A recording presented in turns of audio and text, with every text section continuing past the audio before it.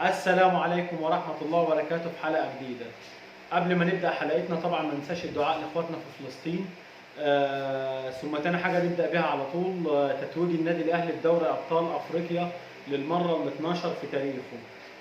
ودي في حد ذاتها حاجة كبيرة جدا لكل جماهير النادي الأهلي.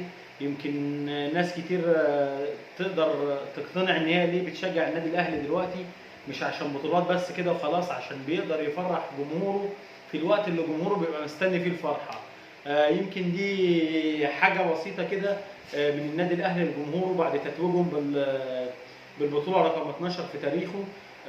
ألف ألف مليون مبروك. يمكن الواحد مش عارف يتكلم بسبب الفرحة اللي الواحد فيها. بطولة غالية جدا، بتضاف لخزائن النادي الأهلي في وقت يعني يمكن قياسي جدا. النادي الأهلي بيكسر كل الأرقام. يمكن مصطفى شوبير أحسن حارس في البطولة، أكرم توفيق أحسن حارس، أحسن لاعب في المباراة.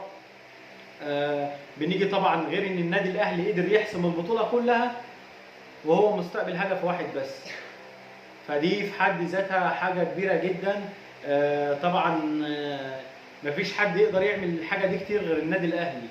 النادي الأهلي يمكن في الأوقات الصعبة بيبان معدنه. ألف ألف مبروك لكل الجماهير، ألف مبروك للإدارة، ألف مبروك للعيبة. يمكن ربنا بيكرمهم بالبطولة دي، إن هم تعبوا كتير في البطولة دي، سواء في البطولة دي أو في بطولة الدوري اللي ضغط المباريات ورا بعضيها. يمكن كانت ممكن تأثر عليهم بشكل سلبي وما قدروش إن هم يكملوا في دوري الأبطال، بس الحمد لله قدر النادي الأهلي يكمل في دوري الأبطال وقدر يحسم البطولة. الحاجة التانية طبعا وهو رامي ربيعة. يمكن رامي ربيعة النهاردة يضاف لتاريخه سادس بطولة أفريقية. يعني أنا مش هقول لك مثلا رامي ربيعة ولاعب تاني أيا كان اللاعب ده من الزمالك ولا الإسماعيلي ولا الترسانة ولا لا، أنا هقارن رامي ربيعة إن هو بيتفوق على أندية. طبعا كلنا عارفين إن الأندية اللي قدرت توصل غير النادي الأهلي اللي هي في تاريخها 5 بطولات، رامي ربيعة النهارده بيتخطى الأندية دي. مين هي الأندية دي؟ طبعا نادي الزمالك المصري ومازيمبي. يمكن رامي ربيعة النهارده بحظه للسادسة قدر إن هو يتخطى الأندية دي في عدد البطولات بتاعتها، وقدر إن هو يتساوى مع كابتن وائل جمعة وكابتن حسام عاشور. إحنا ما بنقارنش يعني نادي بنادي، لا، أنا بقارن لك لاعب من لاعيبة النادي الأهلي دلوقتي في الوقت الحالي ده بتقارن بأندية بإدارتها يعني قد إيه لما يبقى عندك لاعب في النادي الأهلي في تاريخه 6 بطولات دوري أبطال أفريقيا، ونادي الزمالك 5 أفريقيا. يمكن نادي الزمالك من أيام ما لعب التاسعة قدام النادي الأهلي وهو بيقول السادسة يا أهلي، السادسة يا زمالك. يمكن الجمهور قلت لك السادسة يا زمالك. شوف الزمالك يعني لغاية النهارده بيدور على السادسة، أما النادي الأهلي في البطولة رقم 12 اللي هي يعني يتخطى الزمالك الضعف وزيادة كمان. يعني عظيم يا أهلي طبعا، مبروك للأهلي، مبروك لكل جمهور الأهلي. يمكن الحاجات اللي هنتكلم فيها إن النادي الأهلي طبعا قدر يحسم البطولة بهدف واحد فقط اللي دخل شباكه. النهارده بيتفوق على نادي الترجي التونسي في ان هو يقدر يحافظ على شباكه في 21 مباراه متتاليه ليتخطى نادي الترجي صاحب ال 20 مباراه. دي حاجه ثانيه، رقم قياسي النادي الاهلي قدر يضيفه. محمد الشناوي رابع كاس افريقيا ليه في تاريخه ان هو يشيل الكاس. يعني هتيجي تدور على اللقاء هتلاقي الاهلي استنفع منه بحاجات كتير، استنفع منه بارقام ماليه كبيره ضخمه، واللاعيبه قدرت ان هي تضاف لتاريخها بطولات جديده، قدرت ان هي تحط في تاريخها بطولات، قدرت تحط في تاريخها اجوال محافظه على الشباك. كله ده للاعيبه. يمكن كابتن ابو تريكه قال الحته دي، قال لك النادي الاهلي اللاعيبه اللي فيه في الوقت الحالي تقدر ان هي تسطب تاريخ لنفسها، ويمكن هو ده اللي شفناه من اللعيبه. يمكن الاداء مش هو احسن حاجه، بس الحمد لله ان النادي الاهلي بيقدر يحافظ على البطوله ويعرف يجيب البطوله ازاي. دي في حد ذاتها حاجه كويسه جدا حاجه تفرح اي جمهور. طبعا الواحد يعني مرتبك شويه في الكلام يمكن من الفرحه. طبعا فرحه لا توصف. النادي الاهلي ياخد ال 12 كده، ويعني ببساطه. كنا طبعا قلقانين في بدايه المباراه.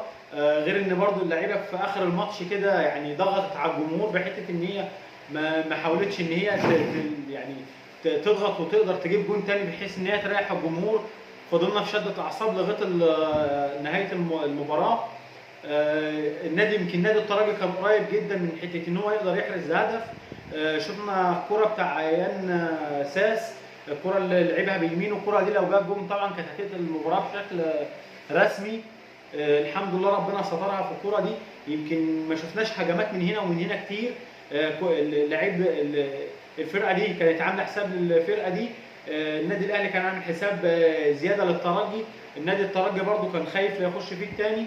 يمكن نادي الترجي فضل يموت في الماتش لغايه الدقائق الاخيره. يمكن كان على امل ان هو يقدر يخطف جون في الدقائق الاخيره. الحمد لله ده طبعا ما حصلش. الاهلي يتوج بالبطوله رقم 12 في تاريخه. رامي ربيعه السادسه في تاريخه. الشناوي الرابعه في تاريخه. والاهم من كل ده بقى الكاريزمايه بتاع النادي الاهلي الجديده هي مين؟ امام عاشور. امام عاشور وسام ابو علي. يمكن الاثنين دومتي كان لهم تصريحات قبل اللقاء ان هم يعني اول لقاء ليهم، اول بطوله ليهم قاريه وافريقيه مع النادي الاهلي. بالذات امام عاشور، لان امام عاشور كان تحت ضغط كبير من جماهير نادي الزمالك. يمكن شفنا طبعا نادي الزمالك قدر ان هو يتوج بالكونفدراليه. في حد ذاتها امام عاشور لو ما كانش يتوج بدوري ابطال افريقيا كان يعني الضغط هيبقى عليه شديد من جمهور نادي الزمالك. طبعا ازاي ان انت تمشي وتسيبنا، اديك ما كسبتش افريقيا، كنت خليتك معانا، كنت كسبت معانا الكونفدراليه. طبعا بنتمنى النجاح للفرقتين دايما. يمكن هنشوف ماتش قوي ما بين النادي الاهلي وبين نادي الزمالك في السوبر الافريقي. طبعا بنتمنى الفوز للنادي الاهلي كالعاده، وان شاء الله نستمتع بالمباراه. مباراه ان شاء الله تبقى عند حسن ظن الجمهور. مش مستنيين ان الناديين يفضلوا مثلا لغايه الشوط الاول اللي يجسوا نبض بعضيهم. لا، عايزينها ان شاء الله مباراه حماسيه كده من الاول، وان شاء الله النادي الاهلي يقدر يحسمها. يمكن اهم يعني تصريحات النهارده هي طبعا مارسيل كولر بان هو قدر يحصد اللقب ال 12 ليه. يمكن متعجب شويه من حته ان الجمهور بيطالب بال 13، بس لازم تتعلم دي. هو ده النادي الاهلي، وهو ده المدرب اللي لازم يبقى في النادي الاهلي، ان هو متعود ان هو بيلعب دايما تحت ضغط. طبعا النادي الاهلي قدر يحسم بطوله دوري ابطال افريقيا بشكل رسمي. كده الجماهير هتطالب كولر واللعيبه بالدوري المصري. يعني النادي الاهلي يفرح بالبطوله، يقفل الصفحه، هتلاقي الجماهير بقى الدوري يا كولر، الدوري يا اهلي. هي دي جماهير النادي الاهلي، هو ده اللي بيشجع النادي الاهلي. ما بيستناش خد بطوله بيقفل ثاني يوم يشوف البطوله اللي بعديها. غير فرق ثانيه ممكن تعيش على البطوله سنه وسنتين وتيجي تتكلم معاه تقول لك ده اصل احنا كاسبين الدوري، اصل احنا كاسبين الكونفدراليه. ده مش في النادي الاهلي. يمكن الحته اللي بتميز النادي الاهلي عن بقيه الانديه هي الحته دي. خدت بطوله النهارده، بفرح النهارده، اخد يوم تاني بعدها بكره اقفل على الصفحه. مجرد ما انا اول ماتش ليا في الدوري بقفل على بطوله افريقيا، بقدر ان انا اتفرغ للدوري المصري. يمكن مش عايزين اخفاق من اللعيبه في الدوري المصري. طبعا شايفين بيراميدز ماشي بشكل كويس، مش عايزين نسمح لهم بان هم يتخطوا